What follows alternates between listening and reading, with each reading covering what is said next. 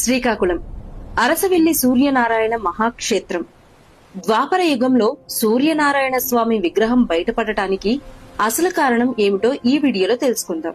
ద్వాపర యుగం చావు బతుకులో నీటి కోసం ఎదురు చూస్తున్న ప్రజల రోదనతో బలరాముడు తన నాగలితో నేలను చీల్చగానే భూమిలో దాగి ఉన్న జలశక్తి నేలపైకి వచ్చింది. అదే నేటి మన నాగావళి నది. ఆ పవిత్ర ప్రవాహం పక్కనే ఈ నేలను రక్షించేందుకు శివుడు ఇక్కడే నిలవాలని బలరాముడు ప్రార్థించాడు. దేవతలంతా చేరి ఉమారుద్ర కోటిలింగేశ్వరుని ప్రతిష్ఠించారు. ఈ మహా కార్యానికి సాయంత్రం ఏకాంత సమయానికి చేరుకున్న ఇంద్రుడు శివపార్వతుల దర్శనం కోరగా నంది అతన్ని అడ్డుకున్నాడు. అవమానంతో మండిపోయిన ఇంద్రుడు దూసుకెళ్లగా నంది ఒక్క కొమ్ముతో అతన్ని ఆకాశంలోకి విసిరేశాడు. ఇంద్రుడు రక్తమోడుతూ నేలపై కూలిపోయాడు. అప్పుడు ఒక అగ్నిజ్యోతి అతని ముందుకు ప్రత్యక్షమైంది. అది సూర్యుడు.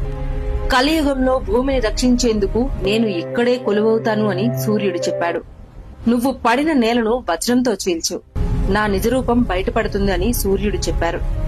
ఇంద్రుడు వజ్రాయుధంతో నేలను కొట్టగానే భూమి హృదయం పగిలిపోయింది.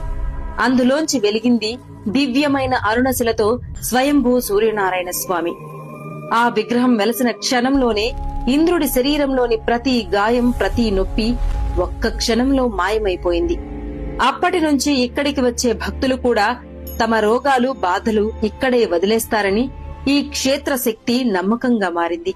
ఇంకా అద్భుతం ఏమిటంటే ఏడాదికి 2 సార్లు మాత్రమే, మార్చి మరియు అక్టోబర్లో పొద్దున్న తొలి సూర్య కిరణం గర్భగుడి చీకటిని ఛేదించి స్వామి పాదాలపై పడుతుంది.